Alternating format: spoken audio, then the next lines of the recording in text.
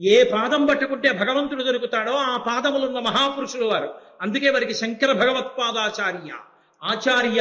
తాను అనుష్ఠించి చూపించి వేదాన్నంతటినీ కూడా ప్రచారం చేసి వేదాంతర్గతమైన అద్వైత సిద్ధాంతాన్ని స్థాపించిన మహాపురుషులు 72 అవైదిక మతాల్ని ఖండన చేశారు, చేసి స్థాపించారు. శంకరుల యొక్క గొప్పతనం అంతా ఎక్కడుందంటే, శంకరులు ఉన్న రోజులలో అవతారం స్వీకరించినప్పుడు 72 అవైదిక మతాలు ఉన్నాయి.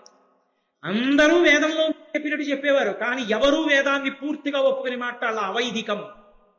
అటువంటి 72 మతాల్ని సత్యదండం చేతిలో పట్టుకుని వాదనతో ఖండించి వేదాంతర్గతమైనటువంటి అద్వైత సిద్ధాంతాన్ని స్థాపించి వేదము యొక్క ప్రమాణాన్ని నిలబెట్టిన మహాపురుషుడు శంకర భగవత్పాదులొక్కరే. శంకరులు లేని నాడు మిగిలిన జయంతులు లేవు. నేను యథార్థం చెప్తున్నా. శ్రీరామ నవమి, కృష్ణాష్టమి ఇవేమీ లేవు. ఎందుకు లేవంటారేమో, వేదము యొక్క ప్రమాణమే లేదు, తిరస్కరింపబడింది ఆ రోజుల్లో. ఎవడిష్టం వచ్చిన వాదన వాడిది. అలాంటి రోజులలో శంకర భగవత్పాదుల యొక్క అవతారం స్వీకరింపబడింది కాబట్టి, వేదం మళ్ళీ బతికి బట్ట కట్టింది కాబట్టి, వేద ప్రమాణము నిలబడింది కాబట్టి శ్రీరామనవమి, నిలబడింది కాబట్టి కృష్ణ జయంతి, నిలబడింది కాబట్టి నృసింహ జయంతి, నిలబడింది కాబట్టి మహాశివరాత్రి. శంకర జయంతి లేని నాడు ఇవేవి లేవు. ఇన్ని నైమిత్తిక విధులు చేసుకోవడానికి ఆధారం శంకర జయంతి ఉండడమే. ఆ శంకర జయంతిని చేసుకోకపోతే అంతకన్నా కృతజ్ఞత ఇంకొకటి లేదు. కృష్ణ పరమాత్మ ద్వాపర యుగం చివరిలో అవతార పరిసమాప్తి చేశారు. పరిపూర్ణావతారమైనటువంటి కృష్ణ భగవానుడు ఈ లోకంలో తన అవతార కాలమునందు ధర్మ సంస్థాపన కొరకు ఎంత ప్రయత్నం చేశాడు మహానుభావుడు. ఉద్యోగ పర్వం మీరు వింటారు. ఉద్యోగ పర్వంలో రాయబారం కూడా నిర్వహించాడు. ఆయనకి అన్నీ తెలిసి, యుద్ధం జరిగి తీరుతుందని ఆయనకి తెలుసు, తెలిసి కూడా రాయబారాన్ని నిర్వహించాడు. ఇంత ప్రయత్నం చేసి రాక్షస సంహారం చేసి భూభారం తగ్గించి ఇన్ని చెయ్యడంలో ఆయనకి జ్ఞాన మార్గాన్ని బోధ చేయడానికి, ఒక ఆచార్యుడిగా నిలబడడానికి అంత సమయం కలిసి రాలేదు. మిగిలిన విషయాలకే ఆయనకి సమయం సరిపోయింది. కానీ ఆయన ఈ లోకానికి ప్రస్థానత్రయంలో ఒకటైనటువంటి భగవద్గీతనిచ్చాడు. ఆ భగవద్గీతని ఇస్తూ భగవద్గీత, ఉద్ధవ గీత అని 2 గీతల్ని ఇచ్చాడు. అనుగీత అని ఒక సమయంలో మళ్ళీ గీతని మాట్లాడాడు, అది అనుగీత. కాబట్టి గీతల్ని అన్ని రకాలుగా మాట్లాడాడు. అందులో భగవద్గీతలో కృష్ణ భగవానుడు ఒక మాట అన్నాడు, యదా యదా హి ధర్మస్య గ్లానిర్భవతి భారత అభ్యుత్థానమధర్మస్య తదాత్మానం సృజామ్యహం అన్నాడు. ఎప్పుడెప్పుడు ధర్మమునకు హాని కలుగుతుందో, ఎప్పుడెప్పుడు ధర్మము చెనకబడుతుందో అప్పుడప్పుడు ధర్మాన్ని నిలబెట్టడానికి మళ్ళీ నేను అవతారం తీసుకుంటాను. అవతారము అన్న మాటకు అర్థం మళ్ళీ భూమి మీదకి రావడం, ఈ మాంసనేత్రం చేత చూడడానికి వీలైనటువంటి రూపాన్ని పొందడం. ఇప్పుడు నేను అలా వస్తాను ప్రతి యుగంలో అని ప్రతిజ్ఞ చేస్తూ ఆయన ఒక మాట అన్నాడు, పరిత్రాణాయ సాధూనాం వినాశాయ చ దుష్కృతాం ధర్మ సంస్థాపనార్థాయ సంభవామి యుగే యుగే. నేను రావడానికి కొన్ని కారణాలు ఉన్నాయి, ఆ కారణాల వల్ల వస్తాను. ఏమిటా కారణాలు? పరమ భాగవతోత్తములైనటువంటి వారు భగవంతుణ్ణి ఒక రూపంతో నేను చూడకుండా ఉండలేరని కోరుకుని పరితపిస్తే వారి యొక్క కోరిక తీర్చడానికి వారు మాంసనేత్రముతో చూడడానికి వీలైనటువంటి ఒక భౌతికమైన ఆకృతిని పొంది ఈ భూమి మీద తిరుగుతారు. లేకపోతే ఈశ్వరుడు సర్వవ్యాపకుడు, అంతటా ఉంటాడు. మాంసనేత్రమునకు గోచరము కాడు. పాలలోనే ఉన్న నెయ్యి ఎలా కనపడదో అలా విశ్వమునందు పరివ్యాప్తమై ఉన్నటువంటి విష్ణువు కనపడడు. హరిమయము విశ్వమంతయు, హరి విష్ణుమయుండు, హరి విశ్వమయుండు, హరిమయము కాని ద్రవ్యము పరమాణువు లేదు వంశపావన వింటే అంటారు శుకాచార్యుల వారు పరీక్షితుతో. అసలు ఈ విశ్వం అనబడేదంతా విష్ణువే, అంతా ఆయనే నిండి ఉంటాడు. అంతర్బహిశ్చ తత్సర్వం వ్యాప్య నారాయణ స్థిత. లోపల బయట ఉన్నది ఆయన ఒక్కడే. కానీ ఆయన కనపడడు, మాయ వలన నామరూపాత్మకమైనటువంటి జగత్ కనపడుతుంది. ఇలా కనపడి ఉన్నప్పుడు పరమభక్తితో నేను అంతటా నిండిపోయిన పరమాత్మని చూడలేను కనుక నా కంటితో చూడడానికి వీలుగా నాకు ఈ రూపంలో కనపడాలి భగవంతుడని కోరుకున్న భక్తుడి కోరిక తీర్చడానికి ఎలా కోరుకున్నాడో అలా కనపడతాడు తప్ప అది ఆయన రూపం కాదు. భక్తుడి కోరిక కోసం వస్తాడు. ఒక ఆయన నాకు గుర్రంలా కనపడన్నాడు, వస్తాడు. నాకు పందిలా కనపడనడు వస్తాడు, నాకు ఏనుగులా కనపడ వస్తాడు, నాకు దీపంలా కనపడ వస్తాడు, నాకు మనుష్యునిలా కనపడ వస్తాడు. ఎలా భక్తుడు కోరుకున్నాడో అలాగే వస్తాడు. అందుకని మొట్టమొదటి కారణం అది, వినాశాయచ దుష్కృతాం. ఎవరు ధర్మాన్ని పాడు చేస్తున్న వాళ్ళు ఉన్నారో వాళ్ళని నాశనం చేయడానికి వస్తారు, వాళ్ళని చంపడానికి వస్తారు. కాబట్టి వినాశాయచ దుష్కృతాం ధర్మ సంస్థాపనార్థాయ. ఎందుకు ఈ రెండు చేయడం అంటే ధర్మాన్ని నిలబెట్టడానికి. ధర్మ సంస్థాపనార్థాయ సంభవామి యుగే యుగే, నేను అందుకుని సంభవిస్తూ ఉంటాను అన్నాడు. ఇందులో మీరు ఒక చమత్కారాన్ని గమనించారు. శ్రీ మహావిష్ణువు కూడా గురుస్వరూపంగా వస్తారు. అసలు యథార్థమునకు ఉన్నది ఒక్కటే పదార్థం. విష్ణువు కూడా జగదాచార్యుడిగా వచ్చి లోకానికంతటికీ తరించవలసిన మార్గం చెప్పినటువంటి అవతారములు ఉన్నాయి. అటువంటి విష్ణువు యొక్క అవతారములలో అత్యంత ప్రముఖమైన అవతారము శ్రీకృష్ణ భగవానుడు. ఆయనే జగద్గురువు. అందుకే కృష్ణం వందే జగద్గురు అంటాం. అలాగే దత్తాత్రేయ స్వామి వారు విష్ణువు యొక్క అవతారం, జగద్గురు. అలాగే హంసావతారం విష్ణువు యొక్క అవతారం, జగద్గురు. అలాగే హయగ్రీవుడు జ్ఞానానందమయం దేవం నిర్మల స్ఫటికాకృతిం ఆధారం సర్వ విద్యానాం హయగ్రీవం ఉపాస్మహే అని. ఆ హయగ్రీవుడే అగస్త్యుడికి లలితా సహస్రనామ స్తోత్రాన్ని ఉపదేశం చేశాడు. హయగ్రీవుడు విష్ణువు యొక్క జ్ఞానావతారం, అంటే గురువుగా వచ్చినటువంటి అవతారం. పరమశివుడు కూడా వచ్చాడు, దక్షిణామూర్తిగా వచ్చాడు. అందుకే చిత్రం వటతరోర్మూలే వృద్ధా శిష్యా గురుర్యువా గురోస్తు మౌనం వ్యాఖ్యానం శిష్యాస్తు చిన్న సంశయా గురవే సర్వలోకానాం భిషజే భవరోగిణాం నిధయే సర్వ విద్యానాం దక్షిణామూర్తయే నమః. పరమశివుడు దక్షిణామూర్తిగా వచ్చి వటవృక్షం కింద కూర్చుని సనక సనందనాది మహర్షులకు కేవలం ఒక చిన్ముద్ర పట్టి వారి యొక్క అజ్ఞానాన్నంతటినీ పోగొట్టి వారికి జ్ఞానబోధ చేశాడు. కాబట్టి శివుడు జగదాచార్యుడిగా వచ్చాడు. కానీ మీరు ఒక్క విషయాన్ని జ్ఞాపకం పెట్టుకోవాలి. ద్వాపర యుగం చివరకు వచ్చేటప్పటికి ఒక పెద్ద సమస్య ఒకటి బయలుదేరి. అసలు ఇది ద్వాపర యుగం చివరిలోనే ప్రారంభమైపోయింది ఈ సమస్య. ద్వాపర యుగానికి పూర్వం వరకు, ద్వాపర యుగం యొక్క మధ్యకాలము నుండి ఆ పై వరకు రాక్షసులకు ఉపాధి వేరు. ఒక బల్లికి శరీరం బల్లి శరీరం ఉంటుంది, కుక్క శరీరం కుక్క శరీరం ఉంటుంది, నక్క శరీరం నక్క శరీరం ఉంటుంది, మనుష్య శరీరం మనుష్య శరీరం ఉంటుంది. అలాగే రాక్షసుల యొక్క శరీరములు వేరు. వాళ్ళ శరీరం చూడగానే వీడు రాక్షసుడు అని గుర్తుపట్టచ్చు. ద్వాపర యుగం చివరకు వచ్చేటప్పటికీ, ప్రత్యేకించి కలియుగంలోకి వచ్చేటప్పటికీ ఒక పెద్ద ప్రమాదం వచ్చింది. రాక్షసులకు ఉపాధి లేదు, రాక్షసులకు శరీరం ఉండదు. మరి ఎక్కడ ఉంటాడు రాక్షసుడు?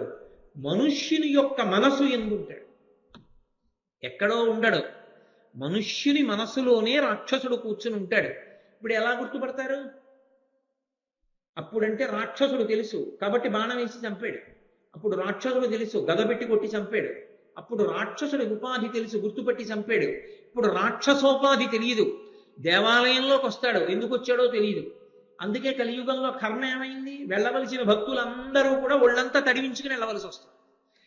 చేసే దౌర్భాగ్య పని ఎవడో ఓడు ఉంటాడు, వాడి కోసం మిగిలిన వాళ్ళందరూ కష్టపడతారు. వాడికి దేవాలయం మీద దృష్టి, అది విచిత్రం.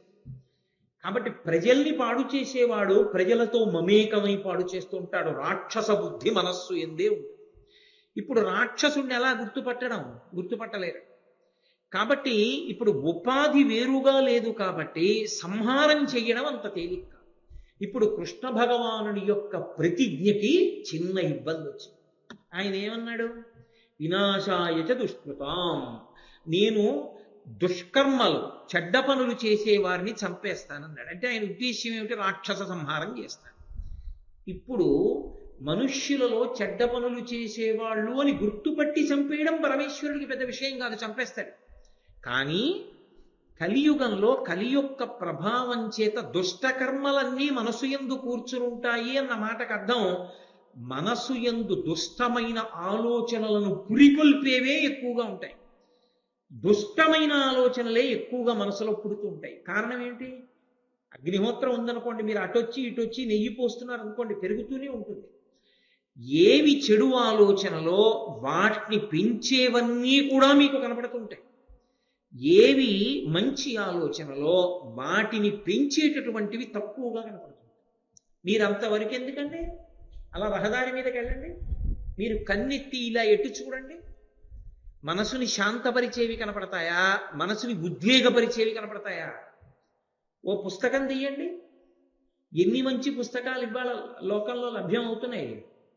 మీరు ఏది చదవదామని ప్రయత్నం చేయండి. ఓ దినపత్రిక తీయండి. మీ మనసుకి ఉద్వేగం కల్పించేవి ఎక్కువ ఉంటాయా? మీ మనసుని శాంతంగా ఉంచేట్టు చేసేవి ఎక్కువ ఉంటాయా? మీరు ఒక టీవీ ఛానల్ ఒక చూడండి. ఒక రోజు మొత్తం మీద మీ మనసుని శాంతిగా ఉంచే కార్యక్రమాలు ఎన్ని ప్రసారం అవుతాయి?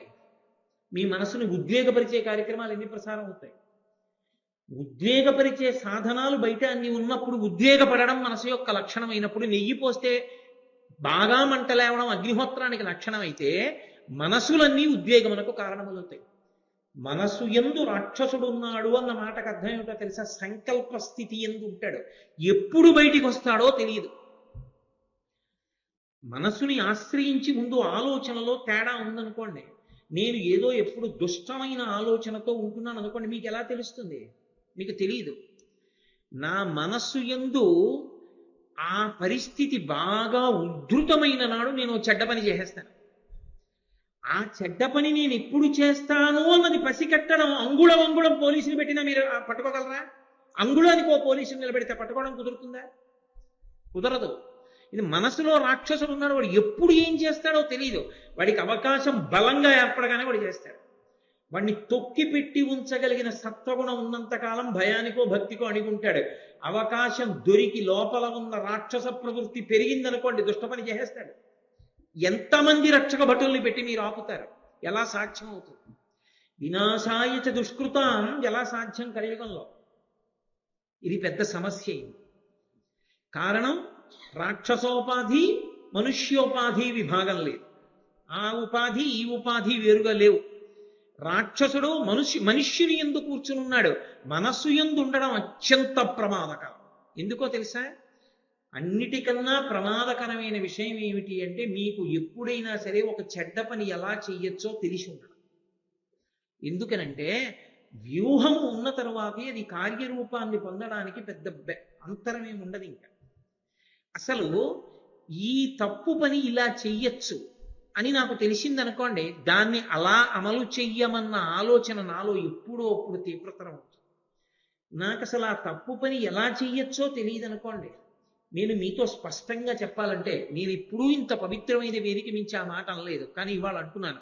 నాకు పేకాడడం రాదనుకోండి, నాకు అసలు పేకాటలో డబ్బు పోగొట్టుకోవడమో, పేకాట ఆడి వ్యసనానికి వశం అవ్వడమో నాకు అవకాశం కాదు. అబ్బే ఉత్తినేనండి, మా ఇంట్లో పెళ్ళప్పుడు ఆడుతూ ఉంటానండి, తోచకపోతే ఆడతానన్నాను అనుకోండి, ఆ తర్వాత ఏమవ్వాలో ఎప్పుడప్పుడు. మనసులోకి వ్యూహం ఉండడం ఎప్పుడు కార్యంగా మారుతుంది అన్నది చెప్పడం ఎవరికీ సాధ్యం.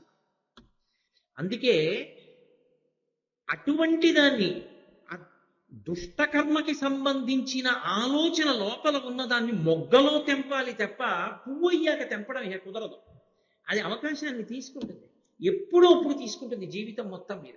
ఒకసారి తీసుకున్న తర్వాత ఎంత కిందకి జారిపోయారో ఇక లెక్క కట్టడం కష్టం. అందుకే చాలా విషయాలు తెలియకుండా ఉండడం మంచిది.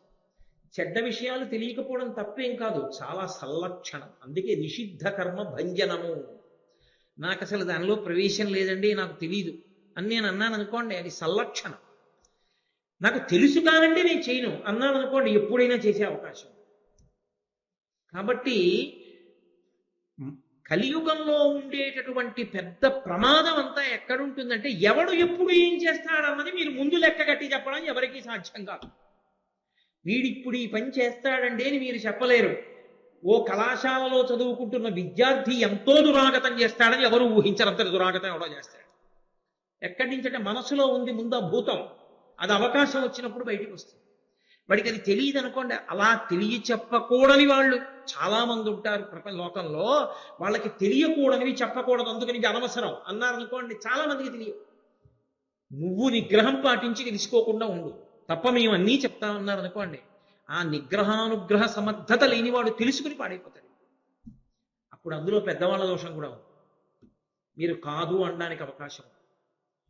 కాబట్టి కలియుగమునందు ఈ రెండు ప్రమాదములు పటమరించాయి. ద్వాపర యుగం చివరకు వచ్చేటప్పటికీ కలియుగం ప్రారంభమయ్యేప్పుడు మూడవ ప్రమాదం అంతకన్నా పెద్దదొచ్చు.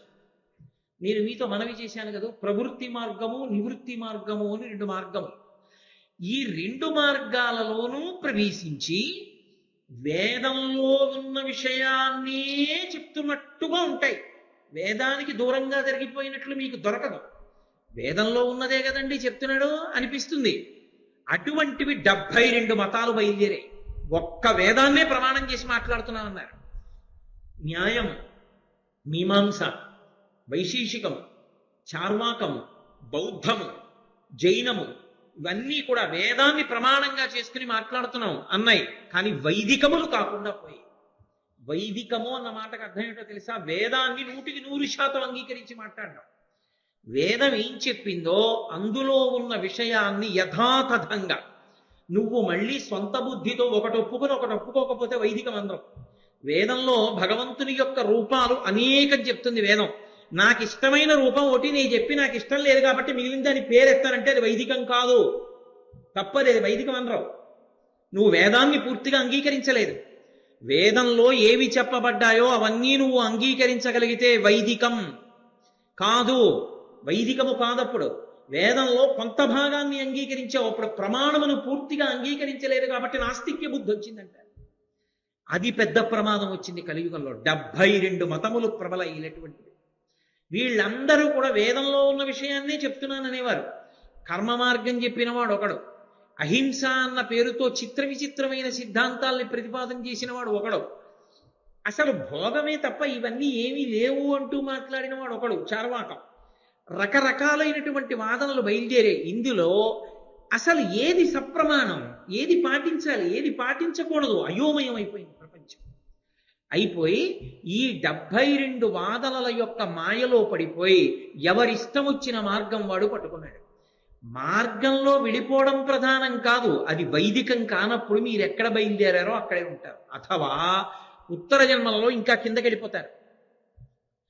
వైదిక ప్రక్రియ యందు మాత్రమే వెళ్ళవలసి ఉంటుంది. వేదం ఎలా చెప్పిందో అలాగే వెళ్ళాలి. ఇప్పుడు జనులందరూ మోసపోయి రకరకాలైన వేపుకు వెళ్ళిపోవడం ప్రారంభమైంది. కారణం, ఆకర్షణీయంగా మాట్లాడడం అలవాటైపోయింది. అసలు తన విశ్వాసంలో ఉన్నటువంటి బలమైన విషయం ఏమిటో చెప్పడం మాని పక్కదానిలో ఉన్నటువంటి లోపాన్ని ఎత్తి చూపించే వాళ్ళు ఎక్కువైపోయారు. లోపమని తను అనుకున్నదోటి ఎత్తి చూపిస్తూ ఉండడం. వేదం యొక్క ప్రమాణము నిరసింపబడింది. 72 అవైదికమైనటువంటి వాదనలు ప్రబలిపోయాయి. లోకాన్ని రక్షించేవాడు లేడు.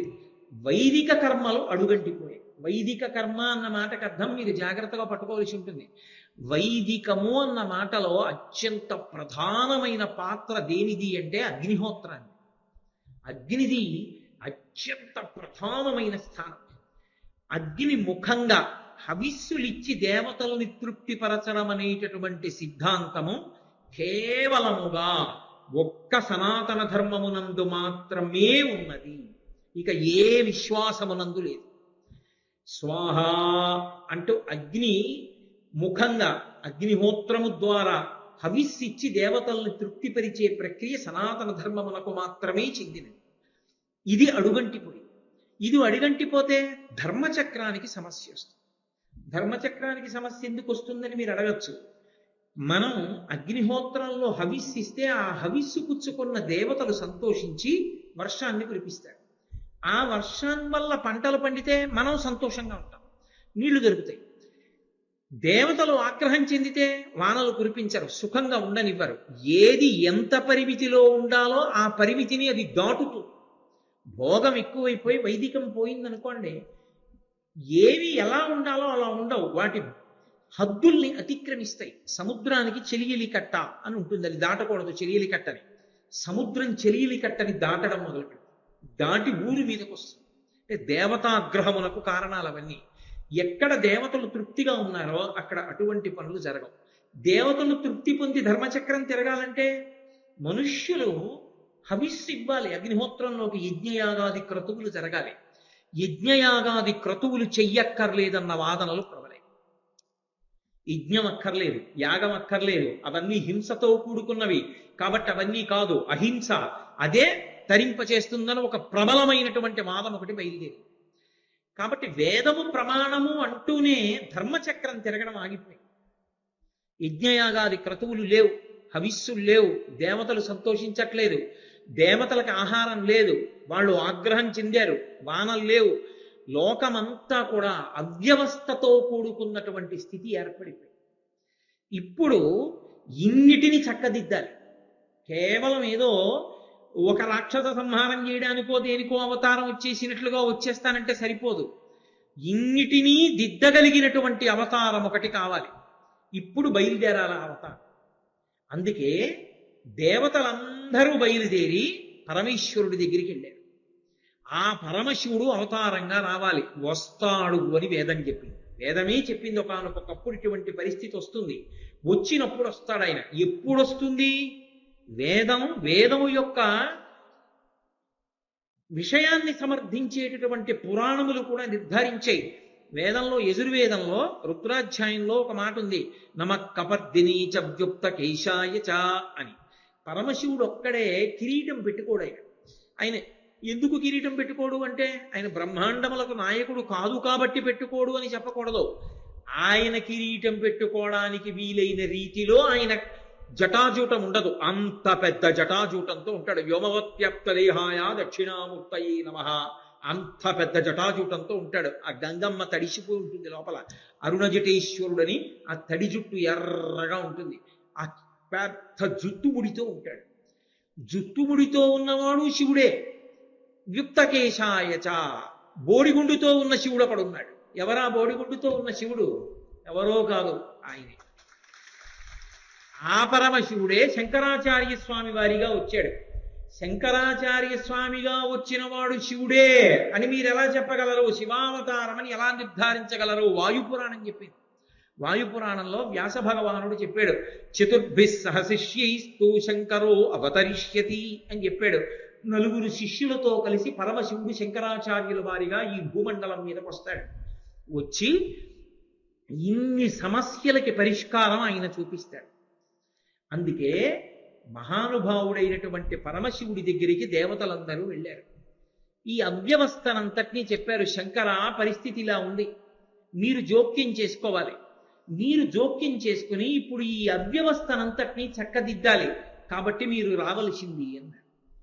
పరమశివుడు అన్నాడు, నేను వస్తాను. నేను రావడానికి ముందరే కొంతమంది బయలుదేరాలి, నాకన్నా వెనక కొంతమంది రావాలి, నాతో కొంతమంది రావాలి. రామావతారం వచ్చినప్పుడు వానరులుగా దేవతాంశలు ఎలా వచ్చాయో అలా పరమేశ్వరుడు శంకర భగవత్పాదులుగా వస్తున్నప్పుడు మిగిలినటువంటి దేవతాంశలన్నీ కూడా కదిలాయి. మొట్టమొదట బయటికి వెళ్ళిన వాళ్ళు ఎవరు? కుమారస్వామి వెళ్ళాడు. సుబ్రహ్మణ్యేశ్వరుడు ఏ పరమశివుని యొక్క కుమారుడో ఆయన ముందు వెళ్ళాడు. కుమరిల భట్టు అన్న పేరుతో వెళ్ళాడు. చతుర్ముఖ బ్రహ్మగారు సరస్వతీదేవితో కలిసి కదిలాడు. అందుకే శంకరాచార్యుల వారి కన్నా సురేశ్వరాచార్యుల వారు పెద్దవారు వయస్సులో. ఆయన బయలుదేరి భారతదేశంలోకి వచ్చాడు. భారతదేశంలోకి వచ్చి కర్మ మార్గంలో స్థిరపడ్డాడు, మండనమిశ్రుడు అన్న పేరుతో. ఆయన భార్యగా సరస్వతీదేవే వచ్చింది, సరసవాణి అన్న పేరుతో. ఆవిడే ఉభయ భారతి అని పిలుస్తుంటారు. సరస్వతీదేవి సరసవాణిగా వచ్చింది. తోటకాచార్యుల వారు అగ్నిహోత్రుడు తోటకాచార్యుల వారిగా వచ్చాడు. హస్తామలకాచార్యుల వారు వాయుదేవుడు, శ్రీ మహావిష్ణువు పద్మపాదాచార్యుల వారు. ఇన్ని అంశాలతో ఇంతమంది కదిలేరు. కొంతమంది ముందు కదిలేరు, కొంతమంది వెనక కదిలేరు. పరమశివుడు తాను కూడా కదిలి రావడానికి సిద్ధపడ్డాడు. శంకర భగవత్పాదులుగా శంకరాచార్య స్వామిగా రావడానికి అంగీకరించాడు. అయితే మొట్టమొదట కుమరిల భట్టుని బ్రహ్మగారిని ఈ భూలోకంలోకి మండన మిశ్రుడిగాను వెళ్ళమనడానికి కారణం ఏమిటి? ఎందుకు వెళ్ళమనాలి? వాళ్ళని ముందు వెళ్ళమని అండం ఎందుకు అంటే అందులో ఒక పెద్ద చమత్కారం ఉంది. ఎవరు వచ్చి ప్రార్థన చేశారు శివుడి దగ్గరికి? దేవతలు ప్రార్థన చేశారు. ఏమని ప్రార్థన చేశారు? ధర్మచక్రం ఆగిపోయింది, వేదాన్ని ప్రమాణంగా తీసుకుని అగ్నిహోత్రంలోకి హవిస్సులు ఇవ్వట్లేదు, యజ్ఞయాగాది క్రతువులు ఆగిపోయి, యజ్ఞయాగాదులను నిరసించే వాళ్ళు ఎక్కువైపోయారు. వాళ్ళందరూ ఒక పేరు పెట్టుకుని పెద్ద ప్రబలమై భారతదేశం అంతటా వారి వాదన ఎక్కువైంది. కాబట్టి ఇప్పుడు యజ్ఞయాగాది క్రతువులు తరిగితే తప్ప మా ఆకలి తీరదు, దేవతలకి హవిస్సు దొరకదు. కాబట్టి నువ్వు యజ్ఞయాగాదులు మళ్ళీ జరిగేటట్టు చూడు అన్నారు. మొట్టమొదట దేవతల ఆకలో రామచంద్ర అని ఏడుస్తుంటే వాళ్ళకి అన్నం దొరకాలి. అందుకే సుబ్రహ్మణ్యుణ్ణి పిలిచి నువ్వు కుమరిల భట్టుగా వెళ్ళు, బ్రహ్మగారిని పిలిచి నువ్వు మండలమిశ్రుడిగా వెళ్ళన్నారు. సుబ్రహ్మణ్యేశ్వర స్వామి వారు కుమరిల భట్టుగా వచ్చి కర్మ మార్గాన్ని బోధించారు. కర్మ మార్గం జ్ఞాన మార్గానికి వ్యతిరేకం. శంకరాచార్యుల వారు చెప్పే నివృత్తి మార్గానికి కుమరిల భట్టు చెప్పిన కర్మ మార్గం వ్యతిరేకం. మరి వ్యతిరేక మార్గం చెప్పడానికి కుమారస్వామిని ఎందుకు పంపించాడు అంటే దేవతల ఆకలి ముందు తీరాలి. కర్మ మార్గం అంటే జ్ఞానంతో సంబంధం ఉండదు, నివృత్తి మార్గం అన్నానే దాంతో సంబంధం ఉండదు. ఎంతసేపు వేదంలో చెప్పిన కర్మకాండ ఒక్కటే, అదొక్కటే పట్టుకుంటారు వాళ్ళు కర్మవాదులు. ఎలా స్నానం చేయమన్నారో అలా చేయడం, ఏది ఎలా చేయమన్నారో అలా చేయడం, అంతే. జ్ఞానంతో సంబంధం ఉండదు, ఇలా పుణ్యకర్మాచరణం చేస్తూ ఉండడం, అంతే. అదొక్కటే. దానివల్ల జ్ఞానం పొందాలి, ఆ మాటకు ఆస్కారం వాళ్ళ దగ్గర ఉండదు. ముందు ఎందుకు అటువంటి మార్గంలో వచ్చాడు కుమరని భట్టుగా సుబ్రహ్మణ్యేశ్వర స్వామి? అలా వస్తే తప్ప మళ్ళీ వేదాంతర్గతమైన కర్మకాండనంతటినీ సువ్యవస్థితం చేస్తే తప్ప ముందు యజ్ఞయాగాదులు జరగవు. యజ్ఞయాగాదులు జరిగితే తప్ప దేవతలకు అన్నం ఉండదు. దేవతలకు అన్నం పుడితే తప్ప వర్షాలు పడవు. వర్షాలు పడితే తప్ప ముందు ప్రజలు బతకడానికి అవకాశం ఉండదు. అందుకే అవతారమునందు 2 విశేషాలు ఉంటాయి. మొదటిది దయ, రెండవది మాయను వశము చేసుకుని కూడా చేసుకోనట్టు ఉండుట. మీరు చాలా జాగ్రత్తగా పట్టుకోవాల్సి ఉంటుంది 2 విషయాలు. ఒకటి దయ, 2 మాయని వశం చేసుకుని కూడా చేసుకోనట్టు ఉంటారు ఒక్కొక్కసారి. ఎందుకలా అంటే మొట్టమొదటిది దయ. పరమశివుడు బయలుదేరి వస్తున్నాడంటే ఎందుకు వస్తున్నాడు? దయతో వస్తున్నాడు. శ్రీ మహావిష్ణువు రామావతారంగా వచ్చారంటే ఎందుకు వచ్చారు? దయతో వచ్చారు. శ్రీ మహావిష్ణువు కృష్ణావతారంగా వచ్చారంటే ఎందుకు వచ్చారు? దయతో వచ్చారు. అరే పాపం వీళ్ళు పాడైపోతున్నారే, వీళ్ళని మనం రక్షించాలని చెప్పి వచ్చారు. సౌందర్యలహరిలో శంకరాచార్యులు వారు అంటారు, అమ్మవారుట ఎప్పుడు కనుబొమలు ఇలా చిట్లించి ఉంటుంది. ఇలా చిట్లించి ఉంటే భయం కదా మనకి. ఇలా ఉందనుకోండి సంతోషంగా దగ్గరికి వెళ్తాం, ఇలా ఉందనుకోండి కోపంగా ఉంటే కదా ఇలా బుడేస్తారు. మరి ఇలా ఉంటే మనకు భయం ఏదు దగ్గరికి వెళ్ళడానికి? భ్రువౌ భుగ్నే కించిత్ భువన భయభంగ వ్యసనిని అన్నారు శంకరాచార్య. ఇలా ఎందుకు ఉంటుందంటేట కోపంతో కాదుట, భువన భయభంగ వ్యసనిని. అరే నా పిల్లలు వీళ్ళందరూ పాడైపోతున్నారు రా, వీళ్ళు ఎలా బాగుపడతారు, వీళ్ళు ఎప్పటికీ మంచి మార్గం తెలుసుకుంటారని అమ్మ ఇలా ఉంటుంది. అంటే ముడి వేయడంలో కోపం కాదు, దయ. మన గురించి తాపత్రయపడుతూ ఉంటుంది. పరమేశ్వరుడు అవతారంగా కిందకి ఎందుకు వస్తాడంటే మన మీద దయతో వస్తాడు. దయతో కిందకొచ్చినటువంటి అవతారంలో ఉన్న పరమేశ్వరుడికి మాయ అధీనమై ఉంటుంది. ఆయన మాయకు వశుడు కాడు. వశుడు కాకపోయినా తాను కూడా వశుడైపోయినట్లు నటిస్తాడు ఒక్కొక్కసారి. ఎందుకో తెలుసా? అలా నటిస్తేనే మనం ఆదర్శంగా తీసుకుంటాం, లేకపోతే తీసుకుంటాం. ఎందుకని అంటే నేను మీతో ఓ మాట చెప్తాను, తొందరగా పట్టేసుకోవడానికి మీకు ఉదాహరణ చెప్తాను. అలా ఒక ఆయన వచ్చి వెనకాతల ఏనుగును ఒక దాన్ని తీసుకొచ్చి, ఏమంటే నేను విశేషమైన వ్యాయామం చేశాను, నేను ఇలా భూమి మీద పడుకుని నా గుండెల మీద ఏనుగు 4 కాళ్ళు వేసి నించుంటుంది, నించుని దిగిపోతుంది, నాకేం అవదన్నాడు. ఏనుగు 4 కాళ్ళతో నించుంటుంది ఆ గుండెల మీద, నిలబెట్టుకుంటావా? నిలబెట్టుకుంటాను, నేను అంత వ్యాయామం చేశాను, అంత సాధన చేశాను. ఏది చూపించు. పడుకున్నాడు. ఏనుగుని పిలిచారు, 4 కాళ్ళతోటి గుండెల మీద ఎక్కింది, దిగిపోయింది.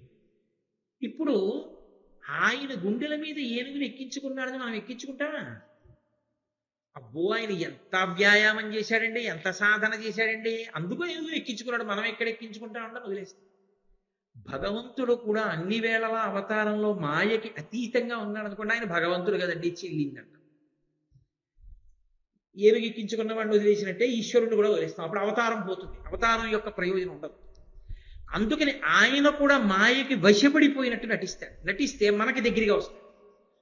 చూసావా మనలాగే ఉన్నాడు కానీ ఎంత ఓర్పు పట్టాడురా అని రామనామని చెప్తాం. రాముడు సీతమ్మ కనపడకపోతే కొండల్ని గుట్టల్ని ఏటిని గోదావరిని పట్టుకుని ఏడుస్తూ పరిగెత్తాడు అనుకోండి, అయ్యో రాముడు పాపం ఎంత బాధపడ్డాడో, అంత బాధపడ్డా ధర్మానికి కట్టుబడ్డాడండి, మనము కట్టుబడాలంటాం. నిజంగా రాముడు మాయకి వశుడై కాదు, వశుడైనట్టు నటిస్తాడు, ఎందుకంటే మనల్ని ఉద్ధరించడానికి. తాతగారు చిన్న పిల్లాడితో మనవడితో కలిసి ఆడుతూ ఉంటాడు. మనవడితో కలిసి ఆడుతున్నప్పుడు ఏదో క్రికెట్ ఆడుకుంటున్నారు ఇద్దరు. తాతగారు తనకి బలం ఉంది కదా అని వేసిన బంతిని అల్లా కొట్టేస్తాడు, ఏంటి కొట్టడం. ఏదో మనవడు కొడుతుంటే 4 మాటలు ఇలా కొద్దిగా పక్కకు కొడతాడు. తాతగారండి మీరు ఎంతగా అవుట్ అవ్వట్లేదు తాతగారండి అంటాడు. అంటే ఆయనే ఓ క్యాచ్ ఇచ్చేసి అవుట్ అయిపోతాడు. తాతగారు ఎందుకంత కిందకు వచ్చేసాడు? మనవడి కోసం. మనవడి కోసం తను శక్తి ఉన్న శక్తి లేనివాడిలా నటించి మనవడికి దగ్గరైనట్టు, మనవడికి ప్రీతి కల్పించినట్టు, మనకి బాగా దగ్గర అవడానికి పరమేశ్వరుడు మాయకి వశుడైనట్లు నటిస్తాడు తప్ప ఆయన నిజంగా మాయకి వశపడిపోయాడని అనుకోకూడదు. అందుకే అది శంకరాచార్య స్వామి వారి అవతారానికి కూడా మినహాయింపు కాదు. శంకర భగవత్పాదుల ఇంటికి దూరంగా పూర్ణానది ప్రవహిస్తూ ఉండేది. అమ్మగారు రోజు వెళ్ళి స్నానం చేసేవారు. అందులో ఆర్యాంబ. ఒక రోజు జ్వరం వచ్చింది ఆవిడకి. వెళ్ళలేకపోతున్నాను రా అంత దూరం, ఇవాళ నైమిత్తిక తిథిరా, ఇవాళ నదీ స్నానం చెయ్యాలి, వెళ్ళలేకపోతున్నాను రా అని బాధపడ్డాడు. శంకరులు అన్నారు, అమ్మా ఎందుకమ్మా బాధపడతావు, పూర్ణానదిని మన ఇంటి ముందుకు పిలుస్తాను, స్నానం చేయి అని నదిని పిలిచారు. ఓ పూర్ణానది మా ఇంటి ముందు నుంచి వెళ్ళు అన్నారు. నది వెళ్ళింది. అమ్మగారు స్నానం చేశారు. నర్మదా నదికి వరదలు వచ్చాయి, కమండలంలోకి పట్టేశారు. ఆ శంకరాచార్యుల వారు కాశీపట్టణంలో పరమశివుడు శిష్యుల్ని తన ప్రమదగణాల్ని కుక్కలుగా పెట్టుకుని వస్తూ ఉంటే పంచముడు అనుకుని ఏమీ తెలియని వారిలా ఆయన పరమశివుడిని తెలియని వారిలా నటించారు. చేసి మనీషా పంచకం చేశారు. నిజంగా శంకరాచార్యుల వారికి వస్తున్నవాడు శివుడని తెలియదా? తెలిసిపోతే మనీషా పంచకం మనకు ఎలా అందుతుంది? ధర్మసూక్ష్మం ఎలా అందుతుంది? అందదు. మనకి అందించాలంటే ఆయన తెలియని వారిలా ఉండాలి. అంటే మాయకి వశపడని వారై ఉండి మాయకి వశపడిన వారిలా నటిస్తారు. అది అవతారము యొక్క లక్షణం. ప్రతి అవతారమునందు ఈ లక్షణాలు ఉంటాయి. అలా లేకపోతే మనుష్యులకు దగ్గర కావు అవతారాలు. అప్పుడు ప్రయోజనం ఉండదు అవతారానికి. అవతారము మనుష్యునికి దగ్గరవడానికి ఈ రెండు లక్షణములను సంతరించుకుంటుంది. దయ, మాయకి వశపడినట్లు నటించుట. అందుకని శంకరాచార్యులు వారు ఏం చేశారు? నటించారు.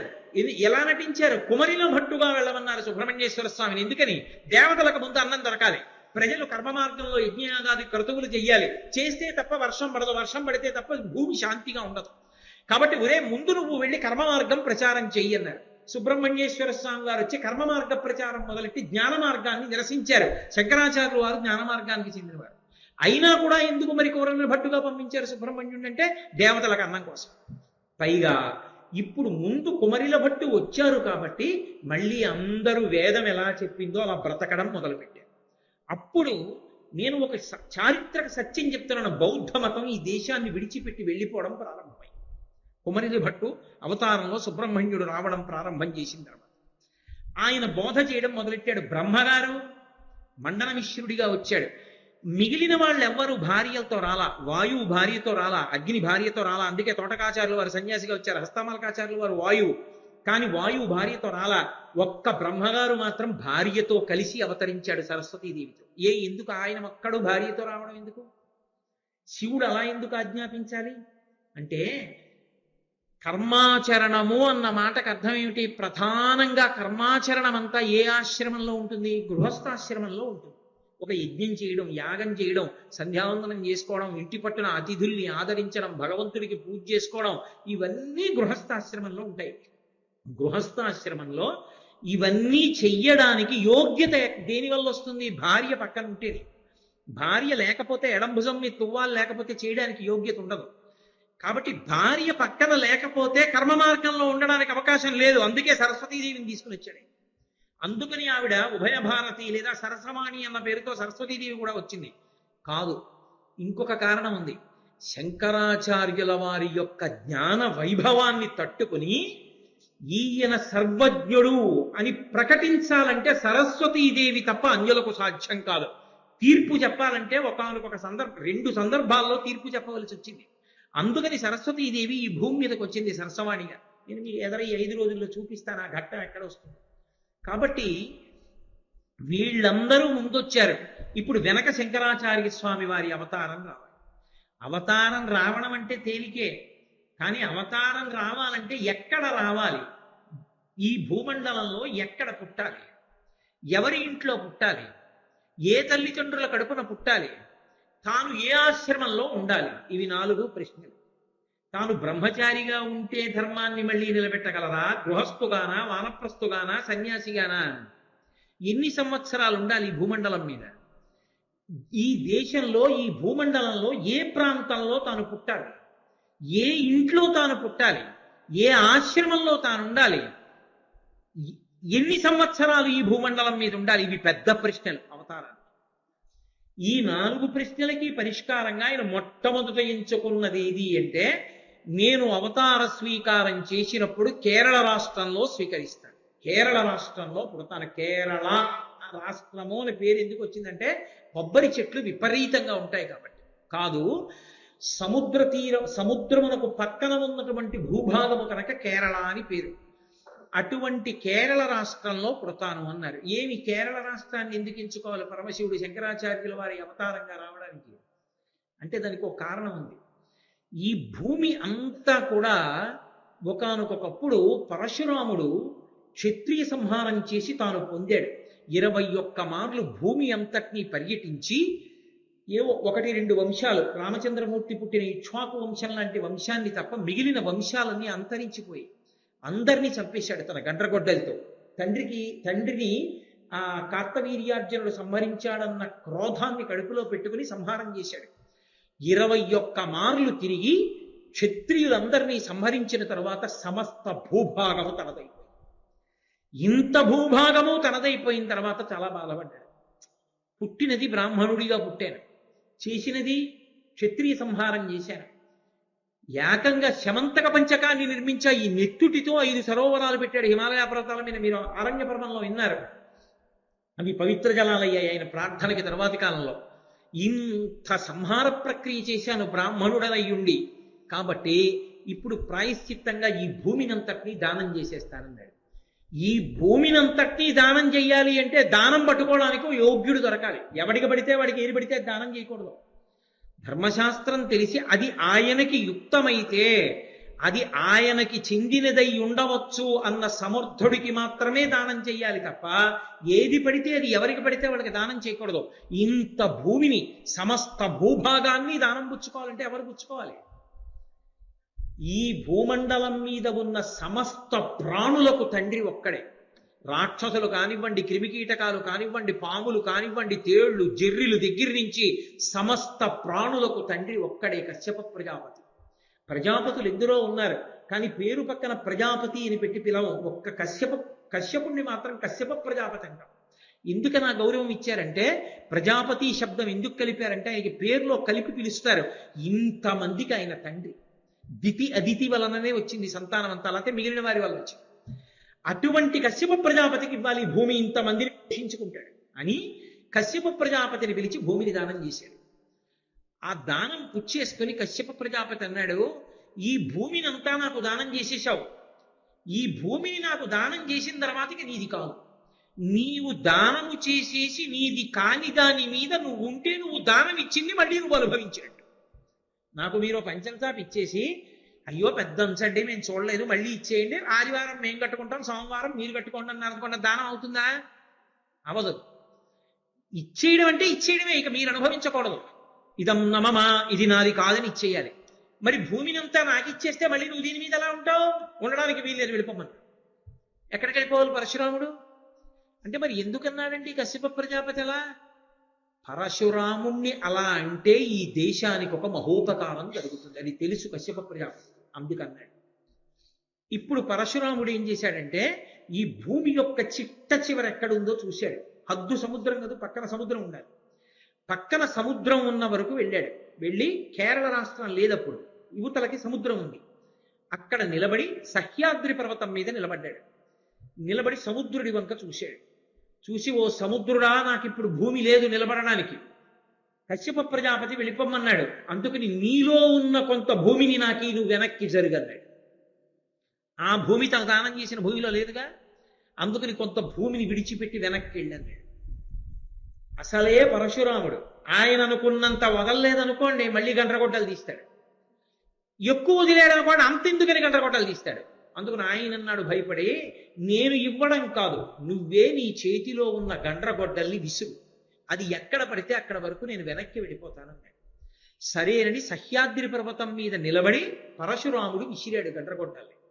అది సముద్రంలో ఎక్కడ తగిలి కెరటం పైకి లేచిందో అక్కడి వరకు సముద్రుడు వెనక్కి వెళ్ళిపోయాడు. వెళ్ళిపోతే భూభాగం బయటికి వచ్చింది, దాన్ని పరశురామ క్షేత్రము.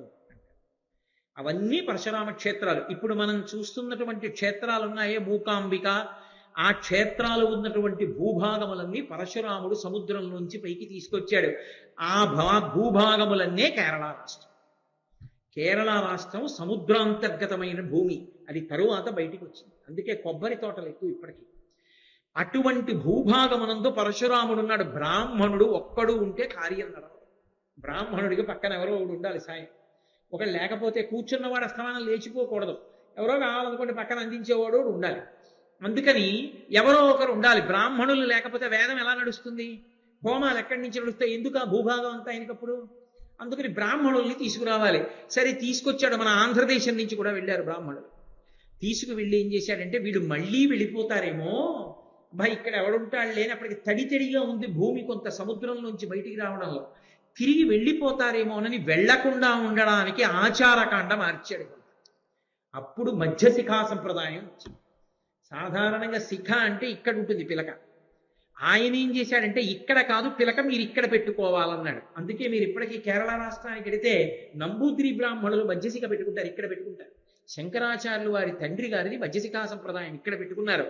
శంకరాచార్యుల వారు ఆత్రేయ గోత్రీకులు, ఆత్రేయ గోత్రంలో పుట్టారు. కాబట్టి శివగురువు వారి తండ్రి గారు. అటువంటి మహానుభావుడు. ఆ మధ్యశిఖా సంప్రదాయం అక్కడ ఉంది. పరశురాముడు అక్కడ ఉన్నాడు కాబట్టి అందరూ వైదిక విధులను సక్రమంగా నిర్వహించేవారు. అటంతా సముద్రం కాబట్టి ఇతర విశ్వాసములకు చెందిన వారెవ్వరూ కూడా దాటి ఇటు పక్కకి రాలేదు. పర్వతం అడ్డు సముద్రం ఉండేది కాబట్టి అక్కడ ఆచారకాండ నిలబడింది. అటువంటి భూభాగమునందు నేను పుడితే ఎక్కడ ఆచారం నిలబడి ఉందో అక్కడ నేను అవతారం స్వీకరించాను. ఎక్కడ వేద ప్రమాణం నిలబడిందో నేను అక్కడ అవతారం స్వీకరించాలి. అందుకని కేరళ రాష్ట్రంలో ఉన్న కాలడి అగ్రహారాన్ని ఆయన ఎంచుకున్నాడు. కాలడి అగ్రహారంలో ఎవరికి జన్మించాలి? మళ్ళీ విద్యాధిరాజు అని ఒక మహానుభావుడు. ఆయన పేరుకి తగ్గ వ్యక్తి. విద్యాధిరాజు అంటే విద్యలకి రాజు. వేదంలో చెప్పబడినటువంటి అనేకానేకమైనటువంటి విషయములు శాస్త్రముల యందు పారంగతుడు. ఆయన కుమారుడే శివగురువు. ఆ శివగురువుకి సంతానం లేదు. ఆయన భార్య ఆర్యాంబ. ఈ శివగురువు ఆర్యాంబ విశేషమైనటువంటి భక్తి కలిగిన వాళ్ళు. అంత భక్తి కలిగిన కుటుంబం పరశురామ క్షేత్రంలో ఉన్న కాలడి అగ్రహారంలో ఉంది. ఇంత భక్తి కలిగిన వాళ్ళు కాబట్టి వీళ్ల కడుపున నేను పుట్టవచ్చు నిర్ణయం చేసుకున్నాడు. కేరళ రాష్ట్రంలో ఇప్పటికీ మీకు కనపడుతుంది. మీరు వెళ్ళి చూస్తే, లోపలికి అగ్రహారాల్లోకి వెళ్ళి చూస్తే ఒక సంప్రదాయం కనపడుతుంది. కావు అంటారు. అంటే కొన్ని ఎకరాల విస్తీర్ణం వరకు ఉంటుంది. మధ్యలో ఇల్లు ఉంటుంది. చుట్టూ ఆవృతి అంటారు. ఆవృతి కాదు, ఆవృతి. ఆ చుట్టూ తడిక కడతారు. చాలా దూరం వరకు ఉంటుంది. మిరియాలకి సంబంధించిన తీగలు పాకిస్తారు. ఆ మిరియం తీగ చెట్లను అల్లుకుని ఉంటుంది. ఇంట్లో కాయగూరలు అవి అన్నీ పండిస్తారు. గురువు గారిని తెచ్చుకుని ఇంట్లోనే ఉండిపోయి వేదం చదువుకుంటూ కొన్ని నెలల పాటు ఇంట్లోంచి బయటికి వెళ్లకుండా యజ్ఞయాగాది క్రతువులు చేస్తూ ఉండిపోతారు. ఒకవేళ బియ్యం లేకపోతే మాత్రం ఆ మిరియాలు ఇచ్చి బియ్యం పుచ్చుకుంటుంది ఇలా. అందుకని వాళ్ళు ఏదో బయట నుంచి తెచ్చి డబ్బు దాచి అలా కాదు. ఇప్పటికీ కావు సంప్రదాయం అని ఆ ఆకృతితో కూడిన కావు యందు ఉండిపోయి కేరళ రాష్ట్రంలో అంత గొప్పగా వేదాభ్యాసం చేస్తారు వాళ్ళు. అటువంటి కుటుంబాల్లో ఒక కుటుంబం ఆ విద్యాధిరాజు యొక్క కుటుంబం. కాబట్టి ఆ కుటుంబంలో నేను జన్మించాలి. ఆ శివగురువుకి ఆర్యాంబకి సంతానం లేదు. వాళ్ళకి సంతానం లేకపోతే సంతానం మాకు కలగలేదు, ఇంత భక్తితో ఉన్నాం, భగవంతుణ్ణి ఆరాధించాం అని వాళ్ళు భగవంతుణ్ణి విడిచిపెట్టిన వాళ్ళు కాదు, ఇంకా బాగా భగవంతుని యొక్క కాళ్ళు పట్టుకున్నవాళ్ళు. కాలడి అగ్రహారానికి త్రిచూర్ చాలా దగ్గరగా ఉంటుంది. త్రిచూర్, గురువాయూర్ చాలా దగ్గర క్షేత్రాలు. త్రిచూర్ స్టేషన్లో దిగి గురువాయూర్ పెడతాం. త్రిచూర్కి ఓ 30 కిలోమీటర్ల దూరం ఉంటుందేమో కాలడి అగ్రహారం ఉంటుంది. కాలడి అగ్రహారంలో ఉన్నారు కాబట్టి శివగురువు ఆర్యాంబకి త్రిచూర్ యొక్క వైభవం బాగా తెలుసు. త్రిచూర్ని మనం ఇవాళ త్రిచూర్ని పిలుస్తున్నాం కాబట్టి, కానీ దాని సంస్కృత నామం వృషాచలము. దాని పేరు వృషాచలం. ఎందుచేత? అది ఊరు మధ్యలో ఉన్న ఒక కొండ మీద ఉంటుంది. ఆ కొండయే నందీశ్వరుడు. నంది వృషభాకృతిని పొందింది, అక్కడ ధర్మాకృతిని పొందింది. అందుకే మీరు ఆ ఊరిలో వెళుతుంటే మధ్యలో ఎత్తైన కొండ మీద ఉంటాడు శివుడు. చిత్రం ఏమిటంటే ఆ ఊళ్ళో ఉన్నటువంటి ఆ వృషాచలము అనబడేటటువంటి క్షేత్రంలో ఉన్నటువంటి పరమేశ్వరుడు ఎన్నడూ కూడా ఉత్సవమూర్తి కూడా బయటికి రాదు. ఆ దేవాలయంలోంచి ఊరిరిగింపు అన్న పేరుతో పరమశివుని యొక్క ఉత్సవమూర్తి ఎన్నడూ బయటికి రాదు. ఒక్క మహాశివరాత్రి ఉత్సవం ఒకటే గొప్పగా జరుగుతుంది. ఇంకా ఆశ్చర్యం ఏమిటో తెలుసా? త్రిచూరులో ఏనుగుల పందాలు వేస్తారు. ఏనుగులతో పందాలు జరుగుతాయి. అది కూడా ఎలా? త్రిచూరికి చుట్టుపక్కల ఉన్న క్షేత్రాల్లో ఉన్న అన్ని దేవాలయాల్లో ఉన్న అమ్మవారి యొక్క ఉత్సవమూర్తుల్ని ఏనుగులు ఎక్కిస్తారు. ఈ ఏనుగులన్నీ కలిసి ఒక ప్రత్యేకమైన తిథి నాడు త్రిచూరు వస్తాయి. వచ్చి ఇవన్నీ దేవాలయంలోకి ఎడతాయి. వెళ్ళి వృషాచలేశ్వరుడికి ప్రదక్షిణం చేస్తాయి. ఆ ప్రదక్షిణం చేసినప్పుడు కుటుంబ మంటపము అని ఒక మంటపం, ఆ త్రిచూరులో వృషాచలేశ్వరుడి దేవస్థానంలోనే రామనారాయణుడు అన్న పేరుతో శివకేశవ అభేదమైన మూర్తి, రామచంద్రమూర్తి, వాళ్ళిద్దరి దేవాలయాలున్నాయి. ఇప్పటికీ కేరళలో ఆ మంటపం మనం ముఖమంటపము అంటాం, వాళ్ళు దాన్ని కుటుంబ మంటపము అని పిలుస్తారు. అక్కడ నృత్యము లేకపోతే శాస్త్ర చర్చ, భగవత్ సంబంధమైనటువంటి వేదపారాయణ అవన్నీ జరుగుతాయి. త్రిచూరులో జరిగినంతగా ఎక్కడా జరగవు, అన్ని జరుగుతుంటాయి ఆ మంటపం. ఈ చుట్టుపక్కల ఉన్న క్షేత్రాల్లో ఉన్న దేవతలందరినీ ఏనుగుల మీద కూర్చోపెట్టి ఈ ఏనుగులన్నీ దేవాలయంలోకి ఎడతాయి. పరమేశ్వరుడికి ప్రదక్షిణం చేస్తాయి. వృషాచలేశ్వరుడికి ప్రదక్షిణం చేసి బయటికి వచ్చేస్తాయి. బయటికి వచ్చి వాటిని ఒక వరుస క్రమంలో నించోపెడతారు. నించోపెట్టి పందెం కడతారు. అంటే ఈ ఏనుగులన్నీ పరిగెత్తాలి. అమ్మవారి మూర్తులు భ్రంశం కాకుండా పైన కూర్చున్న అర్చకుడితో కలిపి పరిగెడతాయి ఏనుగులు.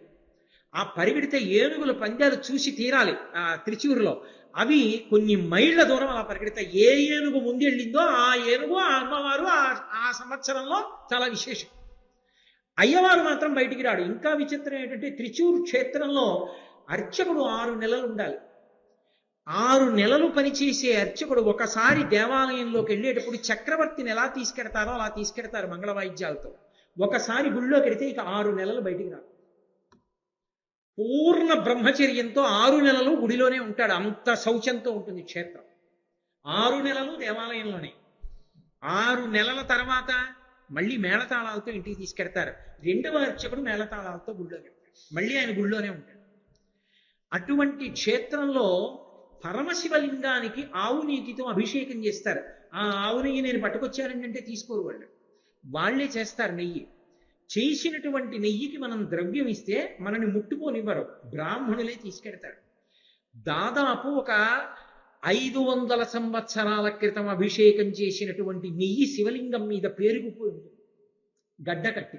చిత్రం ఏంటంటే చుట్టూ గుత్తి దీపాలు వెలుగుతూ ఉంటాయి, చాలా దగ్గరగా వెలుగుతుంటాయి గుత్తి దీపాలు. అంతరాలయంలో వేడి ఎంత వేడిగా ఉంటుందో, కానీ గడ్డ కట్టిన నెయ్యి ఇంత చుక్క కరగదు. ప్రసాదం తీసుకొచ్చి ఇస్తారు, ఆకులో పెట్టిస్తారు, గడ్డ కట్టి ఉంటుంది.